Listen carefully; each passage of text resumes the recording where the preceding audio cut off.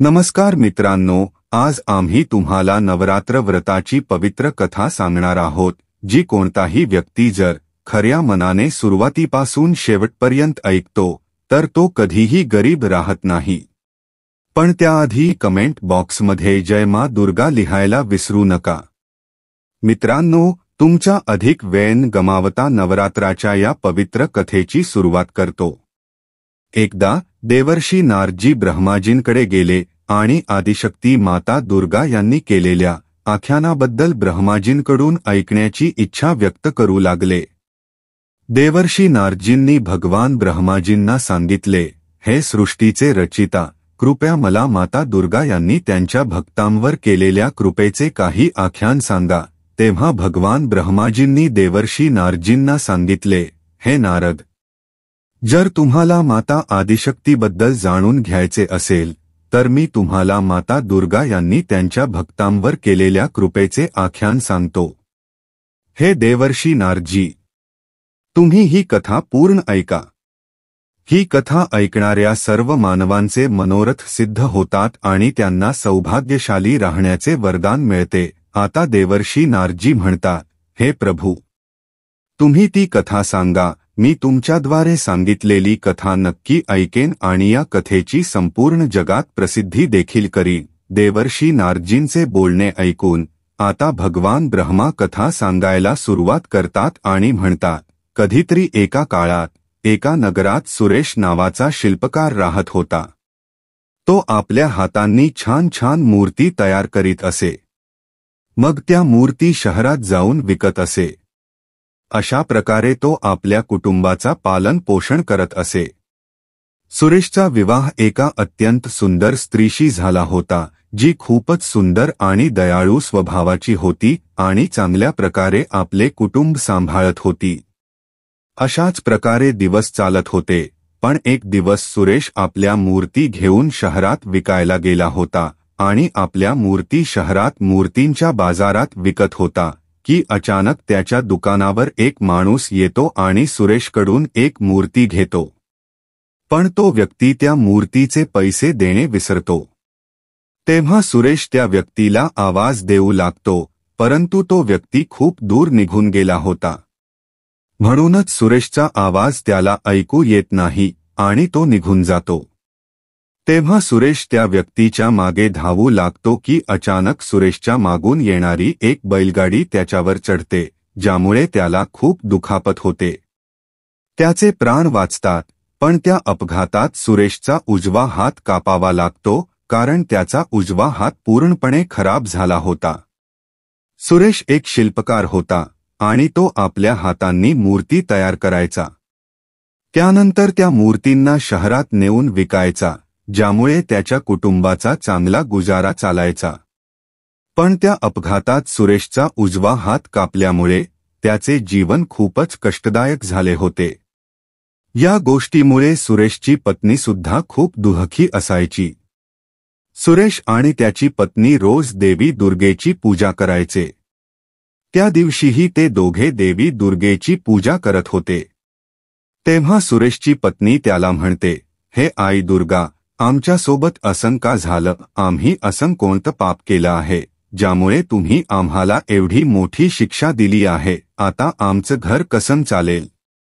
आणि आता आम्हाला घर चालवण्यासाठी रोज कर्ज घ्यावं लागत आहे। तरी देखील आमचं घर व्यवस्थित चालत नाही। हे आई, ते कर्ज आम्ही कसं फेडणार? या विचारामुळे मी रात्रंदिवस खूप चिंतेत असते आणि काही दिवसांनंतर नवरात्र सुद्धा येत आहे। हे सगळं कसं होणार? आपल्या पत्नीचे हे शब्द ऐकून सुरेश आपल्या पत्नीला म्हणतो, हे प्रिय, तू खूप चिंता करू नकोस। काही ना काही मार्ग नक्कीच मिळेल। माझा उजवा हात कापला गेला आहे तर काय झालं? भगवानाने माणसाला 2 हात दिले आहे, यासाठीच की जेव्हा माणसाच्या एका हाताला काही होईल तेव्हा तो दुसऱ्या हाताने काम करू शकेल। म्हणून मी माझ्या एका हातानेच मूर्ती तयार करीन, मग त्या मूर्तींना शहरात नेऊन विकेन। तेव्हा सुरेशची पत्नी आपल्या पतीला म्हणते, हे स्वामी, तुम्ही हे कसं बोलत आहात? तुम्हाला माहित आहे ना की आता तुमचा उजवा हात राहिला नाही, त्यामुळे तुम्ही डाव्या हाताने मूर्ती कशा तयार करू शकाल? मग सुरेश आपल्या पत्नीला म्हणतो, हे प्रिय, ते सगळं देवीमा पाहतील आणि तसेही नवरात्राचं महापर्व येत आहे, म्हणून अनेक लोक माझ्याकडे देवीमातेच्या मूर्ती बनवण्यासाठी येतील.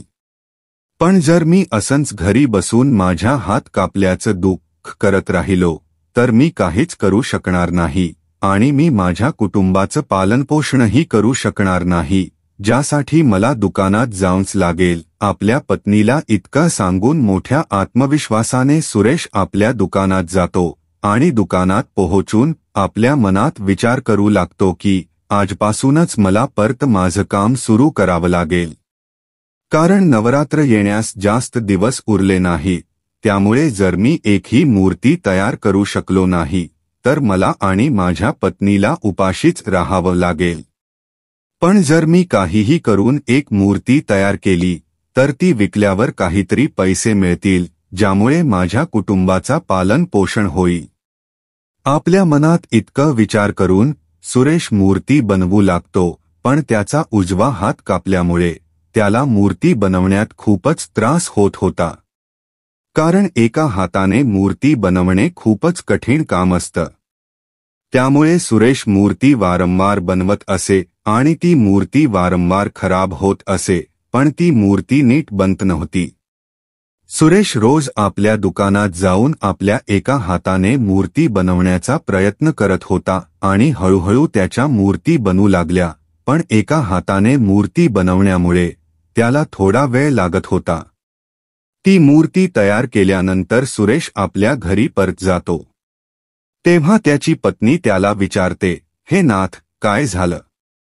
देवीमाताच्या मूर्ती अजून तयार नाही झाल्या का? आपल्या पत्नीचे बोल ऐकून सुरेश तिला म्हणतो, हे प्रिय, मी खूप प्रयत्न करत आहे, पण मूर्ती अजून पूर्णपणे तयार होऊ शकलेल्या नाहीत. तेव्हा सुरेशची पत्नी त्याला म्हणते, तुम्ही बघा, आज संध्याकाळपर्यंतच वेळ आहे.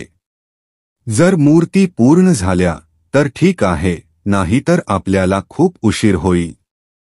कारण सर्व लोकांनी नवरात्रासाठी मूर्ती खरेदी करून घेतल्या आहेत. मग सुरेश आपल्या पत्नीला म्हणतो, बघूया, भाग्यवान देवीमाता आहेतच. त्यानंतर सुरेश आपल्या मनात एक आशा धरून आपल्या दुकानाकडे निघून जातो आणि देवीमाताच्या अर्धवट मूर्त्या पूर्ण करण्यात लागतो. मूर्ती बनवत असताना सकाळपासून संध्याकाळ होते आणि त्याच्या मूर्तीही आता तयार होतात. तेव्हा सुरेश आपल्या मनात विचार करत म्हणतो, हे देवी माता, आता मूर्ती तयार झाली आहे, आता मी या मूर्तींना बाजारात नेऊन विकतो, ज्यामुळे मला थोडे धन मिळेल आणि माझ्या घरची थोडीफार परिस्थिती सुधारेल. सुरेश अजूनही आपल्या मनात हे विचार करत होता. तेवढ्यात अचानक त्याच्या दुकानात एक छोटीशी मुलगी येते आणि ती छोटी मुलगी सुरेशला विचारते, ऐका, तुम्ही मला एक देवी मांची मूर्ती देऊ शकता का? कारण मला या नवरात्रीत देवी माताची स्थापना करायची आहे. त्यामुळे जर तुम्ही मला एक देवी माताची मूर्ती दिली तर तुमचे माझ्यावर खूप मोठे उपकार होईल. त्या छोट्या मुलीचे बोल ऐकून सुरेश त्या छोट्या मुलीला म्हणतो, हे पुत्री, ही मूर्ती विकण्यासाठी आहे, त्यामुळे मी तुला ही मूर्ती असेच देऊ शकत नाही. तेव्हा ती छोटी मुलगी सुरेशला म्हणते, मी तुमच्याकडे विनंती करते की कृपया ही मूर्ती मला द्या आणि माझ्याकडे धन नाही, पण मी या वेळी मातांची स्थापना करू इच्छिते. त्यामुळे जर तुम्ही मला ही मूर्ती दिलीत तर मी देवी माताला सांगेन की त्या तुमच्या सर्व त्रास दूर करतील आणि मनोकामना पूर्ण करतील. त्या छोट्या मुलीचे बोल ऐकून सुरेश आपल्या मनात विचार करू लागतो की ही छोटी मुलगी मोठ्या आशेने माझ्याकडे आली आहे, त्यामुळे मी तिला रिकाम्या हाताने कसं पाठवू? पण जर मी ही मूर्ती या मुलीला मोफत दिली तर माझं घर कसं चालवू शकतो? कारण ही देखील तर देवी माताचंच रूप आहे. त्यामुळे असं करतो, माझ्या अडचणी तर देवी माता दूर करतीलच, मी ही मूर्ती या मुलीला देतो. आपल्या मनात इतका विचार करून सुरेश त्या छोट्या मुलीला म्हणतो, हे घे पुत्री, तू ही मूर्ती ठेव, मी विक्रीसाठी दुसरी बनवेन. मग सुरेश ती मूर्ती त्या छोट्या मुलीला देतो. सुरेश जसन त्या मुलीच्या हातात देवी माताची मूर्ती ठेवतो तशीच ती छोटी मुलगी आपलं रूप बदलते आणि साक्षात देवी माताच्या रूपात प्रकट होते. सुरेश साक्षात देवी माताला आपल्या समोर पाहून खूपच आश्चर्यचकित होतो आणि लगेचच देवीमातेच्या चरणांमध्ये पडतो आणि माता दुर्गेला म्हणतो, हे माता, आज तुमचं दर्शन पाहून माझं संपूर्ण जीवन सफल झालं आहे आणि तुमच्या या महान कृपेने माझं जीवन कृतार्थ झालं आहे. तेव्हा माता दुर्गा सुरेशला म्हणतात, उठ बाळा, मी तुझ्या भक्तीने आणि सत्यतेने खूपच प्रसन्न झाले आहे. कसं तू तुझ्या कठीण काळातही माझं नामस्मरण करत राहिलास आणि कसं तू स्वतःचा फायदा बघता एका मुलीची निःस्वार्थ भावनेने मदत केलीस. म्हणूनच मी तुझ्यावर खूप प्रसन्न आहे. हे पुत्र, मी तुला एक वरदान देते की तू ज्या मातीला आपल्या हाताने स्पर्श करशील ती माती जादुई माती बनेल. त्यातून तू आपल्या मनात जसं आकार तयार करशील ती माती आपोआपच त्याचा आकार घेईल. त्यामुळे तुला आता एका हाताने मूर्ती तयार करावी लागणार नाही. माता दुर्गांच्या या गोष्टी ऐकून सुरेश माता दुर्गेला म्हणतो, धन्यवाद माता, तुमचे माझ्यावर खूप मोठं उपकार आहे. आणि माता दुर्गा सुरेशला म्हणतात, पुत्र, पण कधीही या शक्तीवर गर्व करू नकोस. आणि जर तुला कोणताही गरजू व्यक्ती दिसला तर त्याची मदत नक्कीच कर. इतका सांगून देवीमाता तिथून अदृश्य होतात. या वरदान मिळाल्यानंतर सुरेशला असं वाटू लागलं की जणू त्याला त्याचे दोन्ही हात परत मिळाले आहेत. मग सुरेश रोज मातीला आपल्या हातांनी स्पर्श करायचा आणि त्या जादुई मातीला आपल्या मनासारखा आकार देत असे. आता त्याला मूर्ती तयार करण्यात कोणताही त्रास होत नव्हता आणि अशा प्रकारे तो दररोज अनेक सुंदर मूर्ती आपल्या मनाप्रमाणे बनवत असे. त्याच्या मूर्तींना बाजारात खूप मागणी होती आणि त्याने तयार केलेल्या मूर्ती खूपच सुंदर आणि आकर्षक असायच्या. सुरेशच्या मूर्ती इतक्या आकर्षक असायच्या की त्याच्या मूर्ती खरेदी करण्यासाठी लांब लांब रांगा लागायच्या आणि दूरच्या नगरांमधूनही लोक त्याच्या मूर्ती खरेदी करण्यासाठी येत असत. अशाच प्रकारे दिवस जात होते आणि देवीमाताच्या वरदानामुळे सुरेशचे दिवस सुधारले. त्याचे सर्व कर्ज फिटले आणि आता सुरेशची पत्नीही आनंदी राहू लागली होती. सुरेशला आता कोणत्याही गोष्टीची कमतरता नव्हती, कारण आता त्याच्याकडे सगळं काही होतं ज्याची त्याला कधी गरज होती. सुरेश दररोज आपल्या मनातून विचार करून जादुई मातीने मूर्ती तयार करत असे आणि त्यानंतर त्या मूर्ती शहरात विकल्या जात होत्या. तशाच प्रकारे दिवस जात होते आणि सुरेश हळूहळू धनवान होत चालला होता. पण एका दिवसाची गोष्ट आहे. सुरेश आपल्या दुकानात मूर्ती बनवत असताना अचानक त्याच्या दुकानात एक व्यक्ती येतो आणि सुरेशला म्हणतो, सुरेशजी, तुम्ही माझी एक मदत करू शकाल का? त्या व्यक्तीचे बोल ऐकून सुरेश त्याला म्हणतो, हो, सांगा, मी तुमची कशी मदत करू शकतो? तेव्हा तो व्यक्ती सुरेशला म्हणतो, मी लोकांकडून ऐकले आहे की तुमच्याकडे एक चमत्कारी शक्ती आहे, ज्यामुळे तुम्ही मनात जे काही विचार करतास त्याची मूर्ती आपोआप बनते. तेव्हा तो व्यक्ती सुरेशला म्हणतो, तुम्ही मला ती चमत्कारी शक्ती देऊ शकतास का? नकार देऊ नका, कारण माझ्या आईचं काही दिवसांपूर्वीच निधन झालं आहे आणि मी माझ्या आईवर खूप प्रेम करतो. पण माझ्याकडे आईची एकही प्रतिमा नाही. आई फक्त माझ्या मनात आहे. म्हणून जर तुम्ही मला ती शक्ती दिली तर मी माझ्या मनातून विचार करून आईची एक मूर्ती बनवू शकतो, जी मी सदैव माझ्याजवळ ठेवू शकतो. पण कृपया नकार देऊ नका.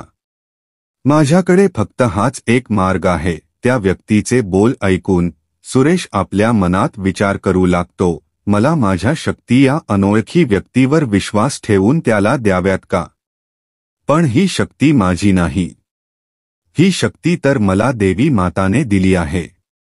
आणि देवी मातेने हेही सांगितले होते की कुणा गरजूला आवश्यकता पडल्यास या शक्तींचा वापर करून त्यांची मदत कर. म्हणून मला ही शक्ती त्याला द्यावी लागेल, ज्यामुळे त्याची ही मनोकामना पूर्ण होईल. आपल्या मनात इतका विचार करून सुरेश त्या व्यक्तीला म्हणतो, ठीक आहे भाऊ, मी तुला त्या शक्तीचे ज्ञान देतो. जसेच सुरेश हे बोलतो तसाच तो अनोळखी व्यक्ती देवी मातेच्या रूपात साक्षात प्रकट होते. ती व्यक्ती देवी माताच असते जी सुरेशची परीक्षा घेण्यासाठी आली होती.